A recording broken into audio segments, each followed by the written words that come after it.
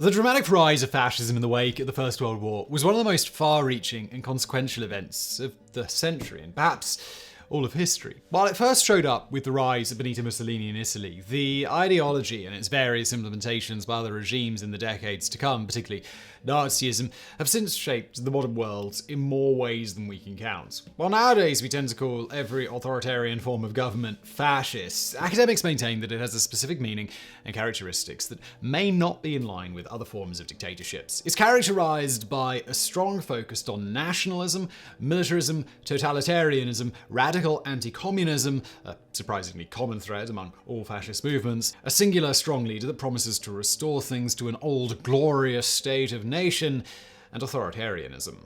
However, it may also include other distinct features, like anti-Semitism, which was embraced by the Nazis but rejected by Mussolini's Italy in 1934, though they later adopted it to fall in line with Hitler's objectives. It might also include a rejection of the state and its organized military as the prime authority, as seen in the decentralized neo-fascist movements of the more recent decades, and its peculiar relationship with religion, as not all fascist movements have been traditionally supported by the prevailing religious authority in their home nations. Even if all fascist movements share common characteristics, it's impossible to define fascism as a singular, all-encompassing ideology. Regardless, there have been many times in history that fascism, in one of its many unmistakable forms, has managed to overtake or manipulate the democratic process to gain power. In the spirit of reminding everyone of the cost of repeating our past mistakes, let's count down the most influential ones of them all. Number 10. Gyula Gombos. Gyula Gombos was one of the many nationalist far-right leaders to take power in Europe during the interwar period, though his impact on the continent's politics would be limited, first gaining relevance for his ability to organize paramilitary anti-communist groups in the immediate aftermath of World War I, as they played a major role in the fall of the short-lived communist government of 1919. It was the stock market crash of 1929 and the ensuing Great Depression that brought his extreme right-wing, nationalist, and pro-corporate politics to the forefront. Gombos was elected as the Prime Minister of Hungary in 1932 and immediately sought to align the country on the lines of other totalitarian powers of the time, like Italy and Austria, to get Hungary out of the economic crisis. He was known for his racist, anti-Semitic views and could be blamed for the popular turn towards fascism in Hungary at the time, though the liberal opposition within the country to his policies proved too strong. Moreover, by 1934, the worst of the economic crisis had also come to an end in the country, and his authoritarian, radical style of politics was no longer as popular as it had been when he was first elected. He died in 1936 of kidney failure while in office without enacting any of his long-envisioned policies. Number 9. Ion Antonescu. During the Second World War, we forget the role of the Axis powers other than Germany, Japan, and Italy, even if there were quite a few other countries that lent them support that they needed to wage a war of that scale. Romania, under the dictatorship of Marshal Antonescu, was one of them. An officer in the Romanian army who rose through the ranks in the interwar period, Antonescu gained ultimate power over Romania in 1941. The country had already allied itself with the Axis powers well before the beginning of World War II, though his rise to power and his alignment with the Iron Guard, one of the largest fascist organizations in Europe at the time, made Romania one of Hitler's most trusted allies. Throughout the war, Antonescu's dictatorship would send tens of thousands of Romanian Jews to their deaths in concentration camps across Romania, as he saw them as pro-Soviet, anti-nationalist, and sympathetic to communism, all common beliefs among most European fascists at the time. He was also immensely admired by Hitler almost throughout the war, second only to perhaps Mussolini. The dictatorship came to an end with a coup organized by King Michael, the last king of Romania, in August 1944, which also hastened the Soviet advance into the country. Antonescu was tried for his crimes and executed as a war criminal by the post-war communist government of Romania in 1946. Number 8. Engelbert Dollfuss.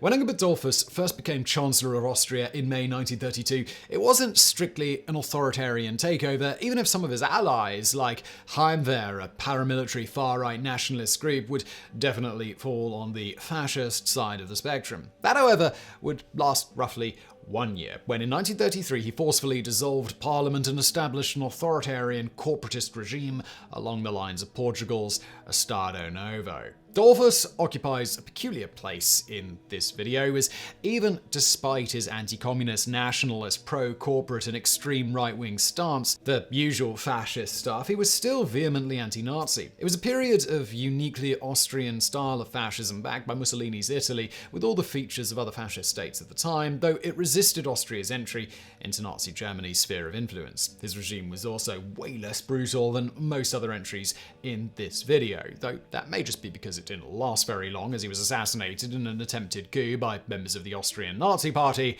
in July 1934. Number 7. Augusto Pinochet.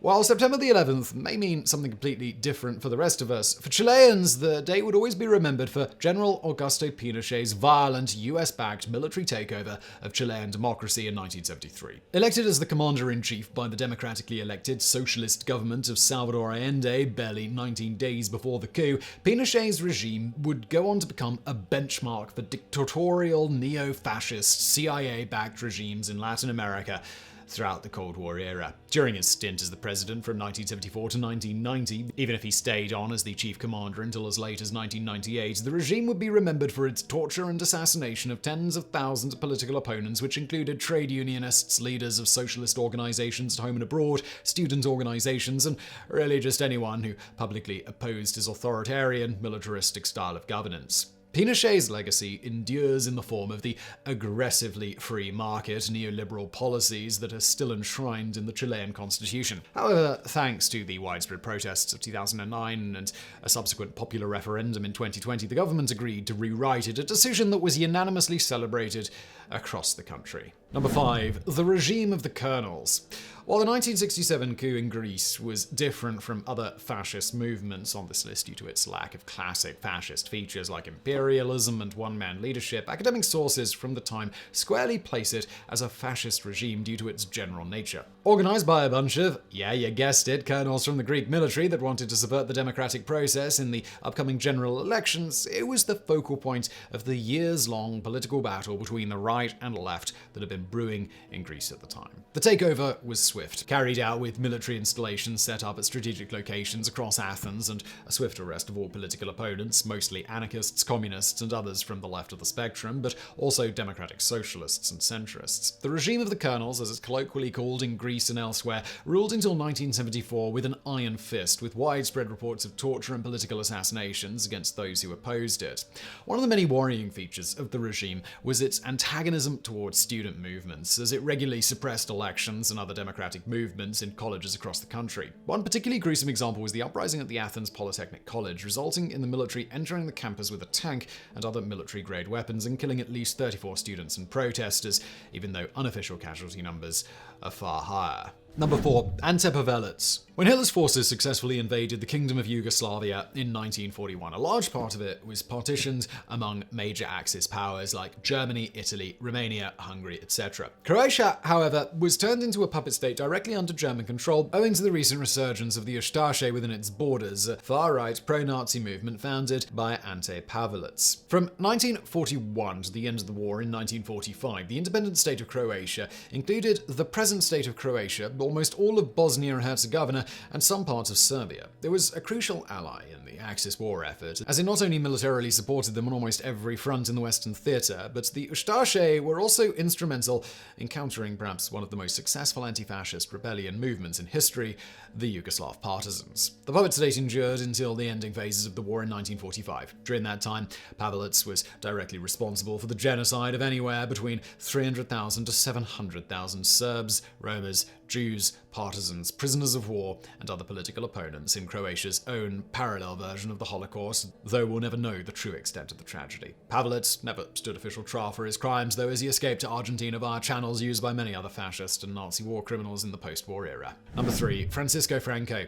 When we talk about the Second World War, Spain's role in it is conspicuously absent from the record, even if most of us know for a fact that it involved almost all of Europe, save for a handful of countries that could manage to stay neutral like Switzerland Switzerland. It's not because it didn't want to take a side, but because it was just recovering from a sort of microcosm of the war, at least in terms of the ideological bent of the belligerents and its brutality, if not its scale, that recently concluded within its own borders. The Spanish Civil War lasted from 1936 to 1939 and was fought between the ruling Republicans, a loose alliance of anarchists, communists, social democrats, and other left-leaning groups supported by the Soviet Union, and aristocratic, nationalistic, and other conservative sections of the country that were backed by Nazi Germany and Fascist Italy.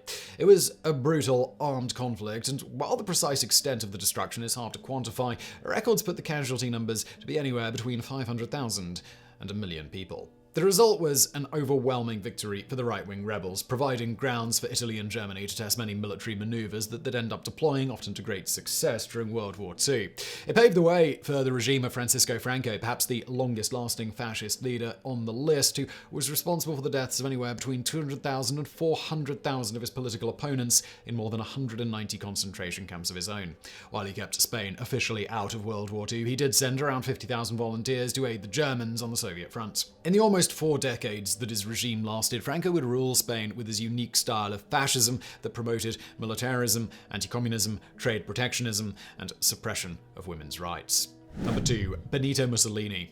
While fascism has shown up in a ridiculously wide variety of forms across the world since the early 1920s, its origins could be unambiguously traced back to Benito Mussolini and his Black Shirts, a loosely organized, armed, and mostly voluntary squad under his direct command that attacked and repressed the Bolshevik-inspired left movements cropping up across Italy in the aftermath of World War I. Much like the rest of the powers aligned with Germany, post-World War I Italy went through years of economic hardship, along with an unfavorable peace treaty. These conditions were ripe for the rise of a style of governance advocated by Mussolini. From 1919 to 1922, Mussolini and the Black Shirts were responsible for the violent, often public suppression of socialist and communist groups throughout Italy, with a worryingly high degree of public support. He gained ultimate power over Italy following his infamous March on Rome, which toppled the government of Luigi Factor and made him the prime minister until his death at the end of World War II. The rest, as they say, is history. Benito Mussolini would go on to align Italy with his extreme nationalist, authoritarian, and militaristic style of rule that we've since come to associate with fascism. His eventual alliance with Hitler, who, spoiler, we'll get to in a moment, would end up plunging the world into the Second World War, the largest, most destructive conflict in all of history. Number 1. Adolf Hitler. While Mussolini's fascism and Hitler's Nazism were almost identical in their stated goals, restoring old glory of ancient empires, reorganizing society along militaristic virtues, arbitrarily picking a group of people and blaming them for every problem ever, and all that usual stuff, historians have always maintained that there are some key differences between the two, even if they don't mean much in the larger scheme of things. As opposed to the skewed racial theory of the Nazis, Italian fascists weren't too keen on the biologically superior aspect of the Nazi ideology, as Mussolini had quite a few Jewish aides up until a bit before the war. Many Jews even participated in the March on Rome. They also differed on religion. While the Nazis were at best at odds with the church, as they considered religion to be a weakening force for the Aryan instincts of native Germans, even if many Germans and Nazi officials were staunchly religious, Mussolini, at least in the early years of his rule, actively formed an alliance with the church, with often public shows of support to the institution and the reintroduction of religious symbols in public spaces after years of secularism being state policy. Regardless, as we said before, those differences wouldn't mean much for the victims of both of these ideologies and their eventual impact on the world. Unlike many other fascists on this list, Hitler didn't strictly grab power in an insurrection or a violent takeover. Instead, he was handed the role of chancellor by President Paul von Hindenburg in 1933, which he used to turn Germany into the authoritarian one-party state of Nazi Germany, and he himself into Führer in 1934. Without repeating everything most of us already know, Adolf Hitler, along with other Axis powers aligned with him during World War II, would end up being responsible for close to 75 million deaths around the world. That included around 12 million Jews, Roma, Slavs, Poles, prisoners of war, and other political opponents that died in the Holocaust. So I'm not going to ask whether you enjoyed this video, but I do hope you found it interesting and illuminating. If you did, please do hit that thumbs up button below. Don't forget to subscribe, and thank you for watching.